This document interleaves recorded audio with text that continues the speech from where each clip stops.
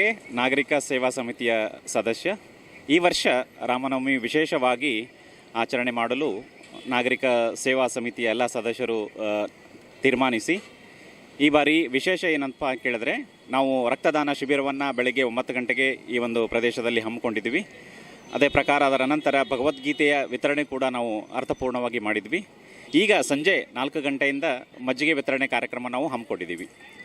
ನಮಗೆಲ್ಲರೂ ತಿಳಿದಿರುವ ಹಾಗೆ ಕಳೆದ ವರ್ಷ ಏನು ಅಯೋಧ್ಯೆಯಲ್ಲಿ ಪ್ರಭು ಶ್ರೀರಾಮ ಮಂದಿರ ಭವ್ಯವಾದ ಮಂದಿರದ ಉದ್ಘಾಟನೆ ಆಯಿತು. ಅದೇ ರೀತಿಯಾಗಿ ಈ ವರ್ಷವೂ ಕೂಡ ಕುಂಭಮೇಳ ಏನು ಇಡೀ ವಿಶ್ವವೇ ಕಣ್ತೆರೆದು ನೋಡುವಂತಹ ಒಂದು ಭವ್ಯವಾದ ಮತ್ತು ದಿವ್ಯವಾದ ಕುಂಭಮೇಳವನ್ನು ನಾವೆಲ್ಲರೂ ಸಾಕ್ಷಿಯಾಗಿದ್ವಿ. ಈ ಒಂದು ಪ್ರಭು ಶ್ರೀರಾಮರ ಜಯಂತಿಯ ನಿಮಿತ್ತ ಒಂದು ಅರ್ಥಪೂರ್ಣವಾದ ಕಾರ್ಯಕ್ರಮವನ್ನು ನಾಗರಿಕ ಸೇವಾ ಸಮಿತಿಯಿಂದ ಈ ಒಂದು ಜಗತ್ ವೃತ್ತದಲ್ಲಿ ನಾವೆಲ್ಲರೂ ಹಮ್ಮಿಕೊಂಡಿದ್ದೀವಿ. ಸಮಸ್ತ ಜನತೆಗೆ ರಾಮನವಮಿಯ ಶುಭಾಶಯಗಳನ್ನು ಕೋರುತ್ತಾ, ರಾಮರು ತಾವು ತೋರಿಸಿಕೊಟ್ಟಂಥ ಮಾರ್ಗದಲ್ಲಿ ಸಮಸ್ತ ಜನರು ಇವತ್ತು ನಾವು ಜೀವನವನ್ನು ನಡೆಸಿಕೊಳ್ಳಲಿ, ಅವರು ನಮಗೆಲ್ಲರಿಗೂ ಆದರ್ಶ ಅಂತ ಹೇಳ್ತಾ ನನ್ನ ನಮಸ್ಕಾರಗಳನ್ನು ತಿಳಿಸುತ್ತೇನೆ. ನನ್ನ ಹೆಸರು ಪ್ರಶಾಂತ್ ಪಾಟೀಲ್ ಬಿಜನಹಳ್ಳಿ.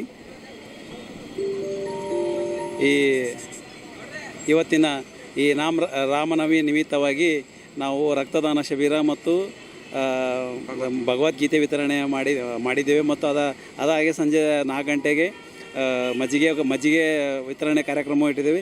ನಮ್ಮ ಈ ರಾಮನವಮಿ ಮೋದಿ ಅವರು ಬಂದ ನಂತರ ನಮಗೆಲ್ಲರಿಗೂ ಒಂದು ಈ ಅಯೋಧ್ಯೆಯಲ್ಲಿ ರಾಮ ಮಂದಿರ ನಿರ್ಮಾಣ ಆದ ನಂತರ ಈ ನಮ್ಮ ಯುವ ಪೀಳಿಗೆಗೆ ಒಂದು ಮಾರ್ಗದರ್ಶನವಾಗಿದೆ.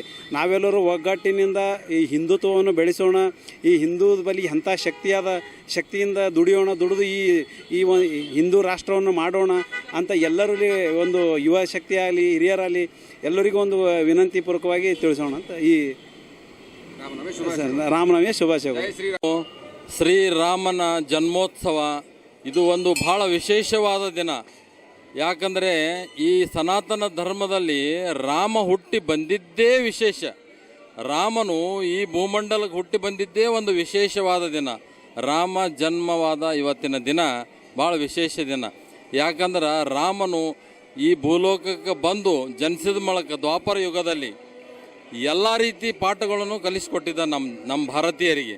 ಒಂದು ಸಂಸ್ಕಾರ ಆಗಿರ್ಬೋದು, ಸಂಸ್ಕೃತಿ ಆಗಿರ್ಬೋದು, ವಿದ್ಯೆ ಆಗಿರ್ಬೋದು, ಇವತ್ತು ಶತ್ರುಗಳನ್ನು ಮರ್ದನ ಮಾಡೋದಿರ್ಬೋದು, ವಿದ್ಯಾ ಕಲಿಯೋದಿರ್ಬೋದು. ಇವತ್ತು ಕುಟುಂಬದಲ್ಲಿ ಅನ್ಯೋನ್ಯತೆ ಲಕ್ಷ್ಮಣ ರಾಮ ಹೆಂಗೆ ಇದ್ದಾರೆ ಅಂತಂದ್ರೆ ಪ್ರತಿಯೊಂದು ಇವತ್ತು ನಾವು ಉದಾಹರಣೆ ತಗೋತೀವಿ. ಪ್ರತಿಯೊಂದು ಕುಟುಂಬದಲ್ಲಿ ರಾಮ ಲಕ್ಷ್ಮಣ ಇದ್ದಂಗೆ ಇರಬೇಕು ಅಂಥೇಳಿ ಒಂದು ವಿಶೇಷ. ಎರಡನೇ ವಿಶೇಷ ಏನಂತಂದ್ರೆ ಸಂಸಾರದಲ್ಲಿ ಏಕಪತ್ನಿ ವ್ರತಸ್ಥನಾಗಿದ್ದದ್ದು ಅಂತಾರೆ. ಯಾಕಂತಾರಂದ್ರೆ ಏಕಪತ್ನಿ ವ್ರತಸ್ಥ ಆಗಿದ್ದರಿಂದ ಈ ಭಾರತ ದೇಶ ಜನತೆಗೆ ಈ ಭೂಮಂಡಲಕ್ಕೆ ಒಂದು ನಿದರ್ಶನ ಅದು ಸಂಸಾರದಾಗ.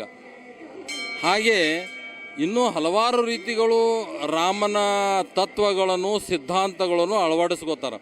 ಇವತ್ತಿನ ದಿನ ಸನಾತನ ಧರ್ಮದಲ್ಲಿ ಈ ಧರ್ಮ ಪಾಲನೆ ಮಾಡಬೇಕು ಅಂತಿಲ್ಲ. ರಾಮಂದು ಎಲ್ಲ ಧರ್ಮಕ್ಕೂ ಒಂದು ಮಾರ್ಗದರ್ಶನ ಕೊಟ್ಟ ನಾವು ಅಂಥ ಶ್ರೀರಾಮಚಂದ್ರರು ಇವತ್ತು ತಂದೆ ತಾಯಿ ಮಾತು ಮೀರಿಲ್ಲ, ದೇಶದ ಜನತೆ ಮಾರಲಿಲ್ಲ. ಅಂಥ ಸಂದರ್ಭ ಬಂದಾಗ 12 ವರ್ಷಗಳ ಕಾಲ ವನವಾಸಕ್ಕೆ ಹೋದ. ಇದು ತಂದೆ ರಾಜಕಾರಣದಲ್ಲಿ ನಡೆಸಿಕೊಂಡು ಬಂದಂಥ ಮಾತು. ಅದಕ್ಕೆ ಆ ಶ್ರೀರಾಮಚಂದ್ರನ ಇಷ್ಟು ಪ್ರಚಲಿತವಾದಂಥದ್ದು ಹೆಸರಾಗಿದೆ. ಹಾಗೆ ಶ್ರೀರಾಮನು ಕೃಷ್ಣನ ಅವತಾರ, ಕೃಷ್ಣ ಭಗವಂತನ ಅವತಾರ, ಕೃಷ್ಣನ ಅವತಾರ ತಾಳದ, ಹಾಗೆ ವಿಷ್ಣುನ ಅವತಾರ ತಾಳದ. ಹಲವಾರು ರೀತಿಯಲ್ಲಿ ಅವತಾರಗಳನ್ನು ತಾಳಿ ಯಾವ ರೀತಿ ಮಾರ್ಗದರ್ಶನವನ್ನು ಈ ಭೂಮಂಡಲ ಜನತೆಗೆ ನೀಡಬೇಕಂತೇಳಿ ಎಲ್ಲ ರೀತಿಯೂ ನೀಡಿದ್ದಾನೆ. ಇನ್ನೊಂದು ವಿಶೇಷವಾಗಿ ಹೇಳ್ಬೇಕಂದ್ರೆ ಶ್ರೀರಾಮ್ ಜಯ ಜಯ ರಾಮ್ ಅಂತೇಳಿ 5 ನಿಮಿಷ ಕುಂತು ನೀವು ಪಠಿಸಿದ್ದೇ ಆದರೆ, ಧ್ಯಾನ ಮಾಡಿದ್ದೇ ಆದರೆ ಮೈಯಲ್ಲಿರ್ತಕ್ಕಂಥ ನೆಗೆಟಿವಿಟಿಗಳು ಎಲ್ಲ ದೂರ ಆಗ್ತವೆ. ಅಷ್ಟೊಂದು ರಾಮನ ಪವಾಡಿವೆ. ಇವತ್ತು ಅಯೋಧ್ಯೆಯಲ್ಲಿ ರಾಮ ಜನ್ಮವಾಯಿತು.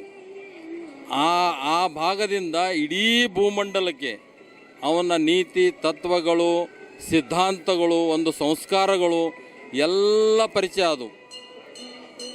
ರಾಮನ ಬಗ್ಗೆ ಹೇಳಬೇಕಂದ್ರೆ ಇನ್ನೂ ಭಾಳ ಇದೆ. ಆದರೆ ಸಂಕ್ಷಿಪ್ತವಾಗಿ ನಾನು ನಿಮಗೆ ಹೇಳಿದ್ದೇನೆ. ಜೈ ರಾಮ್ ಶ್ರೀರಾಮ್ ಜೈ ಜೈ ರಾಮ್ ಜೈ